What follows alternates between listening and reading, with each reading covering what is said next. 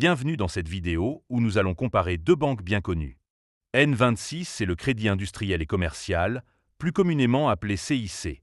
Si vous êtes en quête d'une nouvelle banque ou simplement curieux de connaître les différences entre ces deux établissements, vous êtes au bon endroit. Nous allons examiner à qui chaque banque convient le mieux, leurs avantages, leurs inconvénients, et attribuer une note finale à chacune. Mais avant de commencer, petit disclaimer important. Les informations partagées dans cette vidéo sont fournies à titre purement informatif et ne constituent en aucun cas un conseil financier. Je vous encourage vivement à vérifier chaque détail et à faire vos propres recherches en complément de cette vidéo. Commençons par N26. Évidemment, si vous souhaitez vous inscrire sur N26, il y a un lien de parrainage dans la description. Ce lien vous permettra de vous inscrire et de recevoir un cadeau de bienvenue. N26 est une banque en ligne d'origine allemande, entièrement mobile, qui s'adresse principalement aux personnes à l'aise avec la technologie et recherchant une gestion bancaire simplifiée. Elle est idéale pour les jeunes actifs, les voyageurs fréquents et ceux qui préfèrent gérer leurs finances via une application intuitive. Le premier avantage de N26 est sa simplicité d'ouverture de compte. En quelques minutes, depuis votre smartphone, vous pouvez créer un compte sans paperasse inutile. Le processus est rapide et efficace, ce qui est particulièrement appréciable pour ceux qui souhaitent éviter les démarches administratives longues. Deuxièmement, N26 propose des frais bancaires compétitifs. Le compte standard est gratuit, sans frais de tenue de compte, et les paiements en devises étrangères sont sans commission, ce qui est un atout majeur pour les voyageurs. Troisièmement, l'application mobile de N26 est reconnue pour son interface conviviale et ses fonctionnalités avancées. Elle offre des notifications en temps réel, des outils de gestion budgétaire et la possibilité de bloquer ou débloquer votre carte instantanément. Cependant, N26 présente également quelques inconvénients. Le principal est l'absence d'agence physique, ce qui peut être un frein pour ceux qui préfèrent un contact en personne avec leur conseiller bancaire.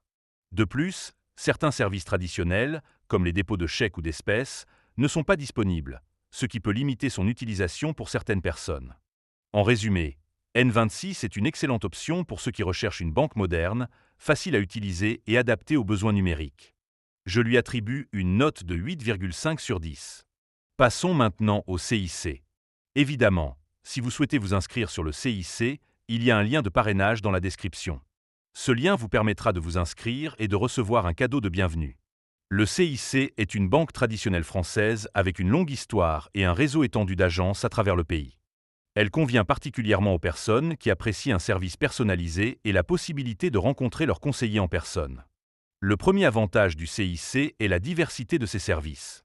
En plus des comptes courants, il propose une large gamme de produits financiers, tels que des prêts immobiliers, des assurances et des solutions d'épargne, ce qui permet de centraliser la gestion de ses finances. Deuxièmement, le CIC offre un accompagnement personnalisé grâce à ses conseillers disponibles en agence. Cette relation de proximité est appréciée par ceux qui préfèrent un contact humain pour discuter de leurs projets financiers. Troisièmement, le CIC dispose d'une application mobile performante qui permet de gérer ses comptes, effectuer des virements et consulter ses opérations en toute simplicité, tout en bénéficiant du soutien d'une agence physique en cas de besoin. Cependant, le CIC présente également des inconvénients. Les frais bancaires peuvent être plus élevés que ceux des banques en ligne, avec des frais de tenue de compte et des commissions sur certaines opérations.